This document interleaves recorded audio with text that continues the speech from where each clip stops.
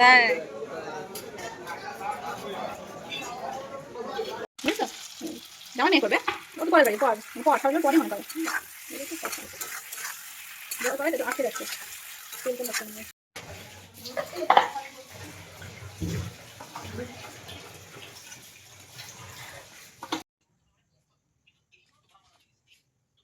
দেখো দেখো এটা ইভান দেখো ইভানে নিচে গুড বয় আচ্ছা ওখানে ওখানে তোমার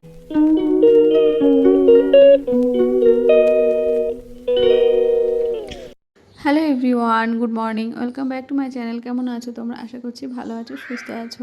এখন বাজে সকাল 9টা। তো ইভানকে স্কুলে নিয়ে যাচ্ছি। তো অনেক দিন ধরে স্কুলে যাচ্ছে না, যেতে চায় না, খুব জোর করে পাঠাতে হয় আর কি।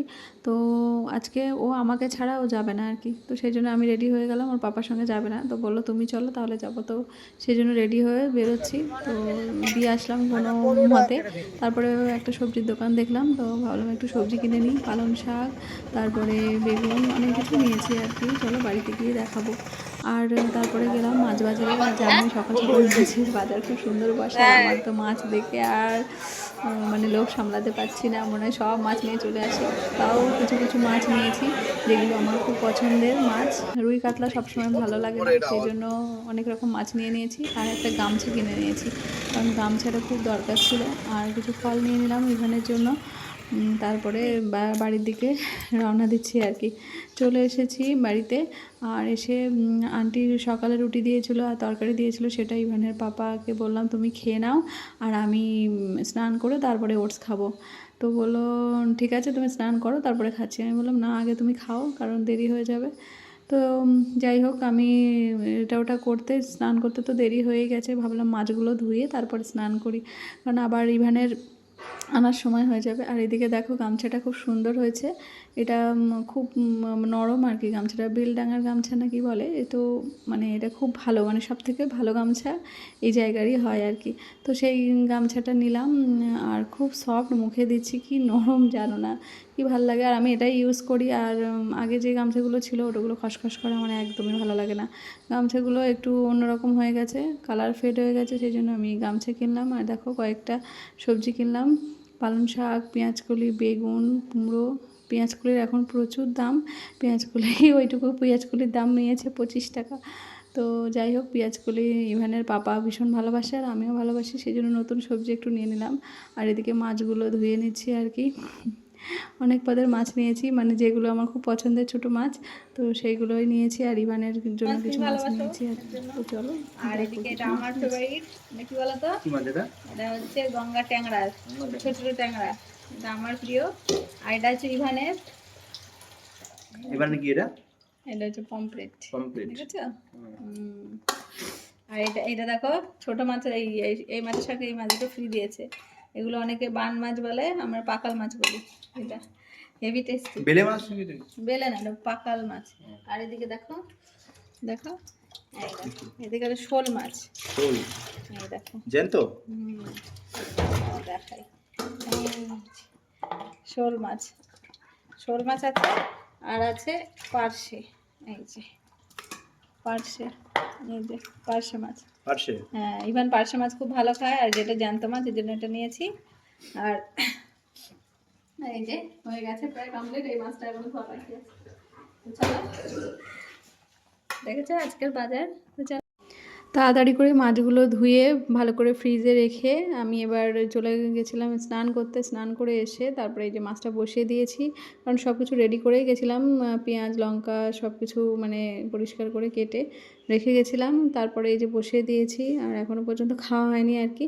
তো ভাবলাম খাবো, এটা করি ওটা করি করতে করতে খাওয়া হয়নি, প্রায় 11টা বেজে গেছে। তো এখন এই যে যাব খেতে, ওটস হয়ে গেছে, ওটসটা হবে তারপরে। তো তো মাছের পাশাপাশি ওটসটা করে নিলাম, এই যে ওটস নিয়ে চলে এসেছি, এবার খাবো। প্রচণ্ড খিদে পেয়েছে, কারণ দৌড়দৌড়ি করলে একটু খিদে বেশি পায়। আর আমার বেলা হয়ে গেছে এমনি খেতে, তো কোনো রকম আর কি খাচ্ছি। তো আজকে বেশি কিছু রান্না করব না, মাছের ঝোল করব আর হচ্ছে পালং শাকের তরকারি করব একটু। তো ব্যাস এটুকুই হয়ে যাবে। আর দেখো মাছের ঝোল বসিয়ে দিয়েছি। আজকে কাঁচা মাছের ঝোল করছি, কারণ শোল মাছটা পুরো লাফাচ্ছিল, জ্যান্ত ছিল, সেই জন্যই। আর জ্যান্ত মাছ ভেজে রান্না করলে সেই উপকারিতাটা পাওয়া যায় না, সেই জন্য আমি কাঁচা ঝোল করি। তো তো দেখো লোহার কড়াইতে রান্না করতে করতে কেমন একটা কালো হয়ে গেছে। তো আমার লোহার কড়াইতে রান্না করে আমার ভালোই লাগলো না। তো এখানে পাপাকে বলছি কেমন কালো কালো উঠছে, তরকারি কালারটা কালো হয়ে যাচ্ছে, ভালো লাগছে না। ও বারবার বলছে না লোহার কড়াইতে খাওয়া খুব ভালো, তোমার রান্না করতেই হবে। তা ঠিক আছে করছি। এর মধ্যে স্কুল থেকে চলে এলো, বাবা নিয়ে আসলো। তারপরে ইভানের পাপা বলছে একটু জুস বানাই। আমি বললাম ঠিক আছে বানাও। তো বিট, গাজর, লেবু, আদা, হলুদ, গোলমরিচ দিয়ে জুস বানালো। সত্যি ভীষণ টেস্টি ছিল। আর মানে কি বলবো, একটু খাটনি হয় কিন্তু খেতে বেশ ভালো লাগে। আর ও এটা করে, মানে হেল্প করে দেয় বলে আমার সুবিধা হয়। তারপরে এই দেখো আমার মুখ চোখের অবস্থা, ভীষণ ক্লান্ত। আর তারপরে খিদে পেয়ে গেছে, দুপুরে রান্নাবান্না কমপ্লিট করে এই যে দেখো বেগুন, আলু, পালং শাক দিয়ে তরকারি করেছি, মাছের ঝোল, খাবার নিয়ে চলে এসেছি। এবার খাবো আমরা।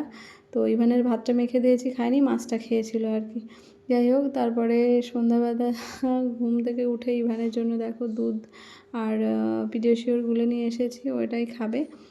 আর আমরা তো চা খাবো জানোই।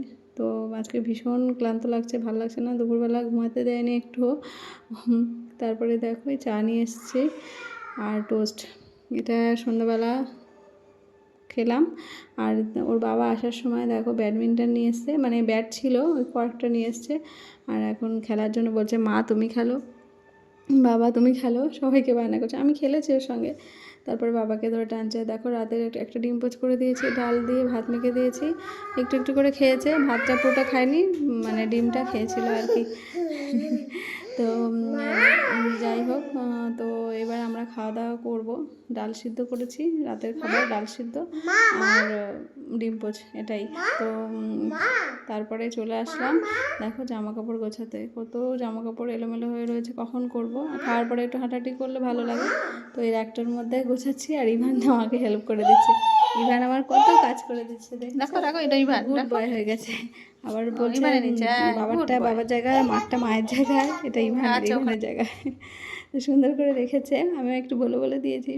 সত্যি বাচ্চারা কাজ কাজ করার আগ্রহ দেখালে খুব ভালো লাগে। তো যাই হোক, চলো আজকের ব্লগটা এখানেই এন্ড করছি। তোমরা ভালো থেকো, সুস্থ থেকো, গুড নাইট, টাটা।